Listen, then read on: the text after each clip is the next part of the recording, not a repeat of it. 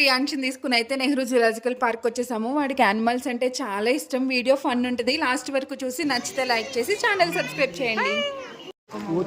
ఏంటమ్మది రియాన్షి? ఏంటది ఏంటది? ఏం తింటుంది? అలా పెట్టిందా? ఏం తింటుంది? ఏం తింటుంది అది? ఏం తింటుందమ్మది? గడ్డి గడ్డి. ఏంటది? ఏంటది? అదేంటి?